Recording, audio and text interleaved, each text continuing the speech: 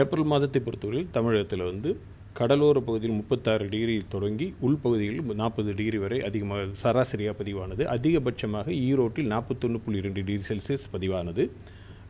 இயல்பிலிருந்து வெப்பநிலை வேறுபாட்டை பார்க்கின்ற பொழுது அது ஊட்டியில் 3.6 டிகிரி செல்சியஸ் இயல்பை விட சராசரியாக பதிவானது. அதிகபட்சத்தில் ஒரு குறிப்பிட்ட நாளில் பார்க்கின்ற பொழுது 43 டிகிரி ஈரோட்டில் 20 முதல் 23ஆம் தேதி வரை பதிவானது. ஊட்டியில் இயல்பை விட 5.8 டிகிரி செல்சியஸ் இயல்பை விட அதிகமாக பதிவானது. இது விலகல் மினிமம் டெம்பரேச்சர் குறைந்தபட்ச வெப்பநிலை பொறுத்தவரையில் 29 டிகிரி முதல் 21 டிகிரி வரையில் உள்பகுதியில் பதிவாகிறது. இதில் வந்து நாமக்கலை பொறுத்த வரைக்கும் கிட்டத்தட்ட 20 டிகிரி குறைந்தபட்ச வெப்பநிலையும் அதிகபட்ச வெப்பநிலையானது 40 டிகிரியும் கிட்டத்தட்ட 20 டிகிரி அளவில் வெப்ப வேறுபாடு ஏற்பட்டிருக்கிறது. மழையை பொறுத்தவரை கோடை மழையை பொறுத்தவரையில் இந்த காலகட்டத்தில் மார்ச் 1 முதல் இன்று வரையான காலகட்டத்தில் இயல்பு அளவு வந்து இது வந்து பருவமழை காலம் அல்ல, கோடை மழை காலம்தான் உண்டு. இந்த கோடை மழை காலத்தில் இடிமேக கூட்டங்களை உருவாக்கக்கூடிய மழை காலத்தில் பார்க்கின்ற பொழுது 6 சென்டிமீட்டர், ஆனால் பெய்துள்ள மழையின் அளவு 9 மில்லிமீட்டர், 83% இயல்பை விட குறைவு. பெரும்பாலும் மழையற்ற நிலையில், மேகக்கூட்டங்கள் இல்லாத நிலையிலும், காற்று குறைவாக இருந்த நிலையில், சாயில் வந்து ட்ரையாக இருந்த சூழ்நிலையில் சூரிய வெப்பமும் நேரடியாக இருந்த வருடத்தில் தொடர்ந்து வெப்பநிலை உயர்ந்து காணப்பட்டது. கிட்டத்தட்ட அடுத்து மே மாதத்தின் முதல் வாரத்தை பொறுத்தவரையில் வந்து 40 முதல் 42 டிகிரி செல்சியஸ் வரை பதிவாகக்கூட வாய்ப்பு இருக்கிறது. 2 முதல் 4 டிகிரி செல்சியஸ் பொதுவாக இயல்பை விட பதிவாகக்கூடும். ஸோ ஹீட் வேவ்க்கான காரணம் என்னன்னு தெரிஞ்சுக்கலாங்களா?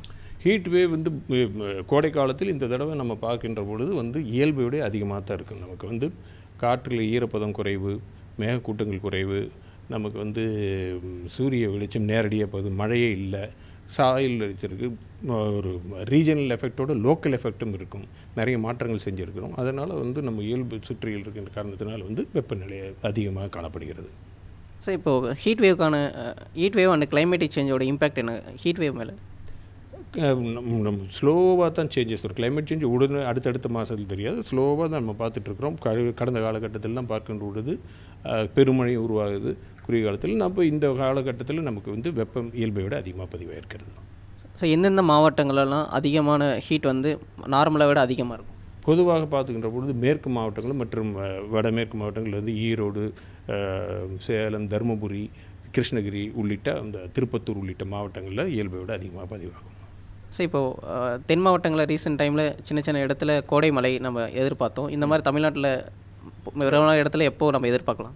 அடுத்து நம்ம பார்க்க தற்போது நிலையில் வந்து நமக்கு வந்து விண்ட் டிஸ்கண்டினியூட்டி லைன் என்று சொல்லக்கூடிய இந்த காலகட்டத்தில் அரபிக்கடலுக்கும் வங்கக்கடலுக்கு இடையில் 2 காற்றழுத்த பகுதிகள் இருக்கும். அதிலிருந்து வரக்கூடிய காற்றுடைய 2 காற்று சந்திக்கின்ற பகுதி நிலவும். அதில் வந்து ஈரப்பதம் என்ற பொழுது கோடைமழை உருவாகலாம். ஸோ இப்போது ஹீட் வேவ் வந்து இது வந்து நார்மலான ஹீட் வேவ் தானா, இல்லை இயல்பை விட ரொம்ப அதிகமானதாக காணப்படுதா? பொதுவாக வந்து ஹீட் வேவ் வந்து நம்ம வந்து ஏற்ற இறக்கத்தோடு தான் இருக்கும். ஒரு குறிப்பிட்ட பகுதியில் ஹீட்டை பொறுத்த வரைக்கும் வந்து ஒரு மழை மாதிரி இப்போ எல்லா பகுதியும் பரவலாக இருக்கக்கூடிய சூழ்நிலையில் லோக்கல் எஃபெக்டும் இருக்கும். இந்த வருடத்தில் போது இயல்பை விட 2 to 4 டிகிரி செல்சியஸ் இயல்பை விட அதிகமாக பதிவாயிருக்கிறது. ஸோ இப்போது ஜூன் மந்தில் monsoon of south west monsoon start ஆகும். அதோட இம்பேக்ட் இங்கே ஏதாவது குறையுமா ஹீட்டோட வேவ்? அது நம்ம மான்சூன் தொடங்கினது பிறகு தான் நம்ம வந்து அதனுடைய காற்றோட ஈரக்காற்றோட விதம் அதனுடைய அதை பொறுத்து இருக்கும். பொதுவாக வந்து நம்ம மழைமறை பிரதேசத்தில் இருக்கோம். தமிழக பகுதிகளில் வந்து அவ்வளோ வந்து தென்மேற்கு பருவமழைங்கிறது கேரளா பகுதியில் இந்த மேற்கு கடற்கரை ஒட்டி செல்லக்கூடிய பகுதியில் தான். அந்த டயத்தில் வந்து நமக்கு வந்து ஜூன் மாதத்தில் கூட நம்ம பழைய காலத்திலாம் பார்த்திங்கன்னா இருந்து 40 டிகிரி 41 டிகிரி இருந்திருக்கு. ஸோ இப்போது நிறைய வெயில் காலம் இருந்தனால நிறைய ஸ்கூலுக்கு லீவு, நிறைய பசங்க வெயிலில் விளையாடுறாங்க. அவங்க என்னென்ன ப்ரிகாஷனரி ஸ்டெப்ஸ்லாம் எடுக்கணும்? பொதுவாக நம்ம வந்து நம்ம மருத்துவத்துறையிலிருந்தும் அரசு துறையிலிருந்தும் எச்சரிக்கை கொடுத்துக்கிட்டே இருக்காங்க. நீர் சத்து குறையாமல் உடம்பில் பார்த்துக்கணும். தொடர்ந்து நிறைய நீர் உடலிலிருந்து நம்ம தாகம் எடுத்தாலும் எடுக்காவிட்டாலும் தண்ணீர் குறையாமல் இருக்கிறதுல பார்த்துக்கொள்ள வேண்டும். நேரடி அதிக வெப்பம் இருக்கக்கூடிய காலகட்டமான 11 மணிலிருந்து 3 மணி வரை வெப்பம் நேரடியாக நம்ம மேலே படாமல் பார்த்துக்கொள்ள வேண்டும். தொப்பி போன்றவற்றை, உடை போன்றவற்றை வெளியே செல்வதாக இருந்தால் அதிக உடல் உழைப்பு தேவைக்கூடிய வேலைகளை வந்து அந்த நேரத்தில் செய்யாமல் பார்த்துக்கணும். ஸோ இப்போது மக்கள் வந்து நிறைய வந்து பழங்களை எடுக்கிறது அந்த மாதிரி சொல்கிறாங்க. இருந்தாலும் ஹீட் வேவ் நம்மளால் பொறுத்துக்க முடியல, அந்த மாதிரி நிறைய இருக்குது. அதுக்கு வேறு என்ன ப்ரிகாஷனரி ஸ்டெப்ஸை வீட்டுக்குள்ளே எடுக்கணும்? நம்ம வந்து மருத்துவத்துறையிலும் இவங்களும் கொடுக்கப்பட்ட அறிவுரையை பின்பற்ற வேண்டும். தேங்க்ஸ்.